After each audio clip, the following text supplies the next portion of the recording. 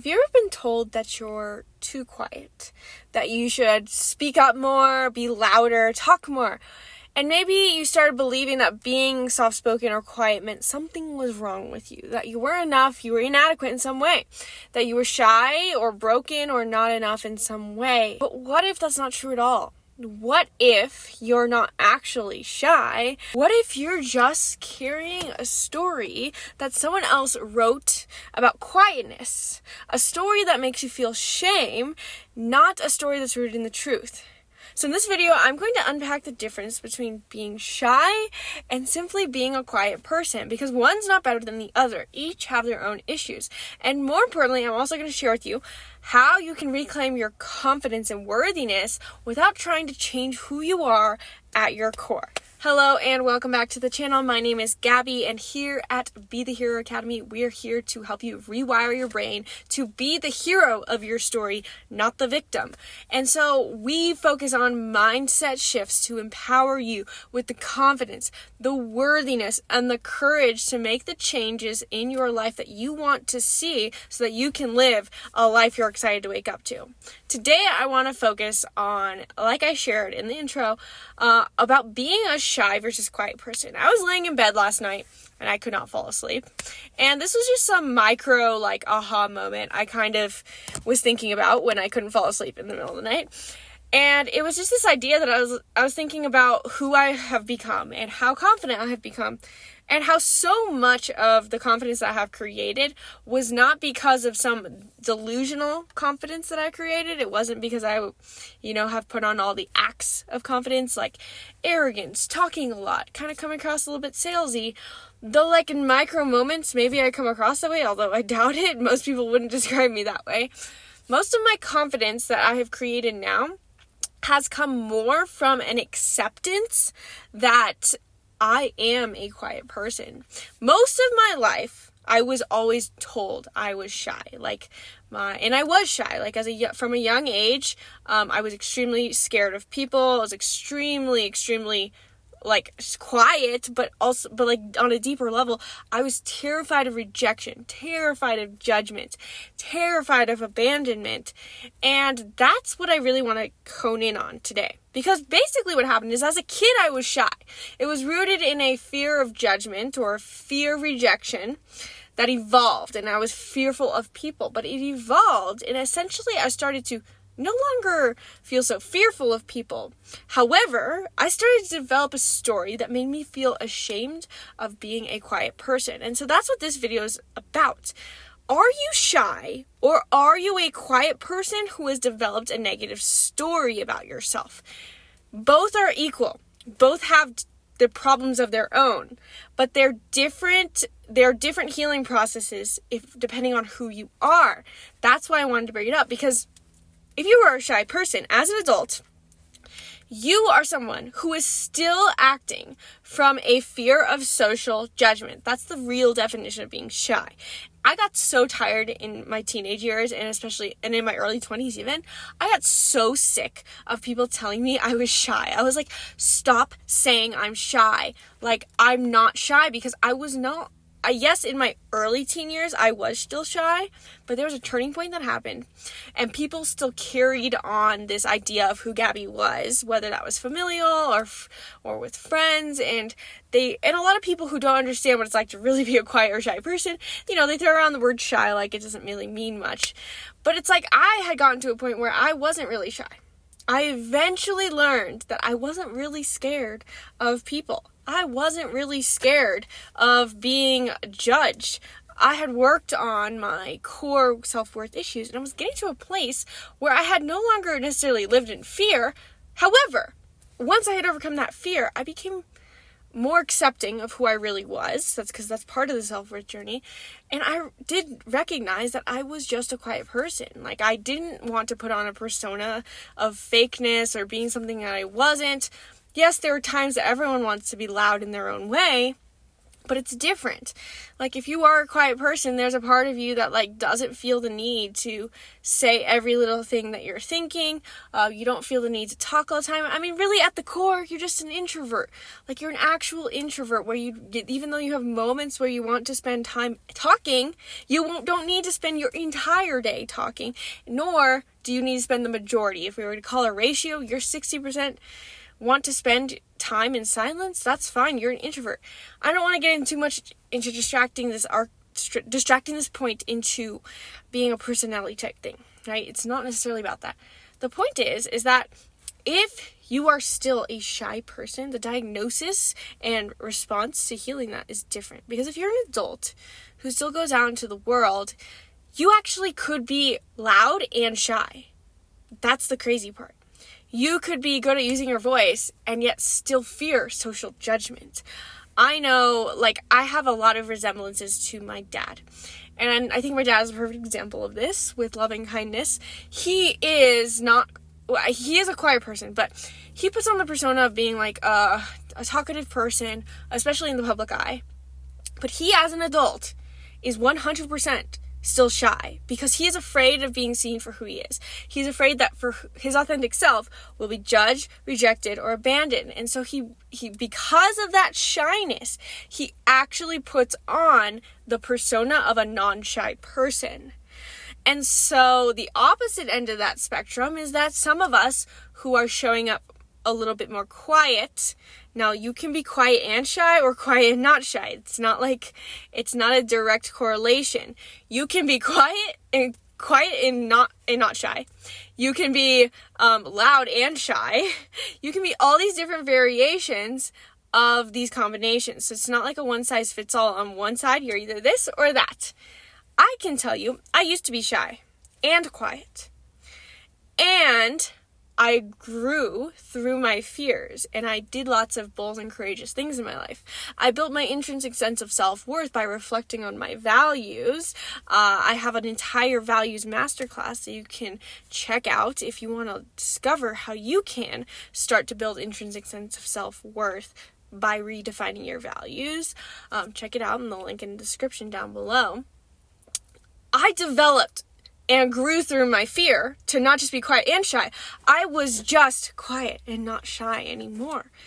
Now, from that place, the big question for someone who is quiet and no longer shy is that you may run into this different type of roadblock. This is the point in which you might still be holding on to the guilt or shame of being told that who you are as a quiet person is not enough, not worthy. This might not be a verbal, actual message. You might not be 20-something years old, 30-something years old, 40-something years old, have overcome your fear of rejection. You're quiet, but people are still calling you shy or implying that you're the shy one or the quiet one. And you from childhood are still reliving this experience of not necessarily now people calling you shy, but back then when people made you feel bad for being the shy person. This diagnosis is a little different because it means that you need to recognize that you are reliving an addiction to your negativity. We all have stories that define us, stories that make us, there's this huge, in our minds, in our brains, we basically have a saga of who we are. It's the story of who we tell ourselves that we are. This person does this, she acts like this, she does this, and it's because of this, and through this, that she likes to express this. It's the story of ourselves. And so if you're a quiet person who think you've overcome your fear of rejection and social judgment, you could still be holding on to some element of shame, not because you're really scared of the social judgment anymore, but really because you've let people in your past define your perception of yourself. And so my call to you, if you are this person who is quiet but no longer shy, is I urge you to start to ask yourself, what story am I telling myself about who I am? We have tons of resources on this YouTube channel teaching you how to rewire your brain. In fact, we have this Rewire Your Brain mini course that we're actually offering on our YouTube channel for free. It used to be private only for our one-on-one clients, and now it's publicly available on our YouTube channel that I'd recommend you check out, because this is what we're what we're dealing with. If you are this person like me who you were shy, but now you're not shy, you're just quiet, but you're still living in the shame of feeling bad for who you are. You are focusing on true self-acceptance. You're focusing on forgiveness. You're focused on recognizing not just forgiveness towards others, but can you forgive yourself? Can you see yourself in a different light? Now, if you're at the other end, let's talk really, really quick. You could be loud or quiet and still be shy. If you are actually shy still as an adult, there is other work that needs to be done here, because you are still acting from an extrinsic self-worth, self-devaluation, really. You are basically, because social judgment and rejection are both things outside of you.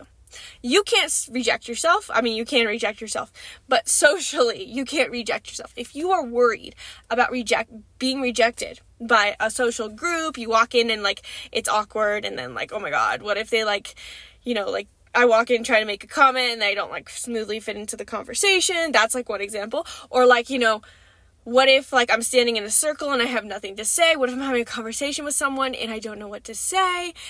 I'm worried about all these different things. Those are kind of more embarrassments, but there's, like, micro things, and I'm sure if you are shy, you imagine all of the things that could go wrong, right? And if you are shy, you really have to ask yourself, you obviously, you've probably heard this before from someone else. Why do I care what those other people think of me? Well, I can tell you exactly why. Because your whole life, you've outsourced your sense of self-worth to, first, what your parents thought of you, second, to what your coaches, teachers thought of you, and third, to what your peers thought of you. You did not recognize that at some point you didn't need your social group or your parents to survive, and that connection wasn't made, and so now you are still living in a pattern of outsourcing your survival, which is now your self-worth, because if you're rejected from the tribe, it's perceived as in the brain as death, because it's coming from a primal brain that thinks that if I get rejected from the tribe, I'm out in the wild by myself and I'm going to die. That's how that survival instinct evolved. And you're still living in that, and it's totally okay. It's totally common. In fact, probably like 90% of the world is living still in that primal mentality. You have to ask yourself if you really, really need their approval to survive. And if you do, because some people might question it and go, well, I really do want the validation. I do want the approval. I do want the acceptance from something outside of myself. Then the question is, why are you not doing enough things in your life to build your own internal perception of yourself, your own internal self-worth? The only way to break this is to change your story and step outside your comfort zone. And you can't do one without the other. So if you are actually shy, if you are actually like the person who shows up, and some other word for this might be social anxiety. If you're perceiving rejection, or like we're looking in the world for like, oh, what if I'm rejected? What if I'm judged? What if I'm awkward? Then you obviously don't have a high enough self-view. You don't think of yourself high enough. Does that make sense, right? Like, think about it. If I think of myself really highly, or if you imagine someone else who thinks of themselves really highly, I walk into the room, I say something awkward, the person who thinks of themselves so highly and values themselves, they don't care. The extreme of that is the narcissist. But I'll tell you what, the narcissist is actually just a shy person in disguise, because they fear being invalidated even more than the shy person does. And so if you are feeling shy still, it's because you're still rooted in some level of not seeing yourself in a positive light. So we need to do things that create a positive self-view. You can do this by, like I said, stepping out of your comfort zone and doing new things, courageous things, stepping into the unknown, building your sense of boldness and courageous and confidence. And the second thing you can do, aside from changing the story you tell about yourself, changing your internal dialogue, is to do things that you love doing purely for the sake of doing. This is creativity. Creativity comes in lots of ways. It comes in the cliche ways of painting. It can come in the way of sports, without comparison, of course, because if you compare yourself, like, team sports, it becomes destructive. You have to do things that you love the process of doing so much that you no longer care about the outcome. As long as you care about the outcome, you are in this material plane. And when you're in this material plane, you will always compare and contrast to the rejection that's possible, the fears that could manifest, and all of these negative ways that the material world can go. And unless you're tuned into your inner world through creativity or courage, you will not be able to build your intrinsic sense of self-worth, and you'll probably feel stuck in some degree of shyness or social anxiety for a very long time. Now, here on this YouTube channel, my goal is to give you, insights into how I've overcome this. We have tons of now free courses that used to be paid inside our private community for one-on-one clients. We have tons of those now available on our YouTube channel. So I recommend you check out the cards up here or the links in the description to check out the recommended next steps for you to break this story. Step into courage and no longer define yourself by a vision of the past, but rather a vision of the future. We have the tools for that. We can teach you how to get there, and we can do it faster when you work with us one-on-one and through our different coaching programs. You can check out a link in the description down below, and you can sign up for a free consult to learn more about what a one-on-one coaching program would look like with either me or Robin. It's totally free to sign up for a consult down below, and you can see what's possible, see how it's possible to move through these things faster than it would be for you to do it on your own. Because remember, you can absolutely do this on your own. We've seen people do it, and it's totally possible. It's also very, very hard to walk the path by yourself, and that's why we offer coaching, to help you, give you the tools, the mentorship, the support, and guidance you need so that you don't feel like you're alone along the way. If you guys enjoyed this video, be sure to like the video, comment down below, share it with someone you know, because we've been making YouTube videos for a very long time, but this channel is pretty new because we've been transitioning some of our old videos over here. So we would love if you would subscribe, share this with someone you know, so that this video gets seen by more people. If you thought it was helpful, that it's seen by more people, well, we help the world. So if that's the case, be sure to do the things I shared previously, and I'll see you guys in the next video. Namaste.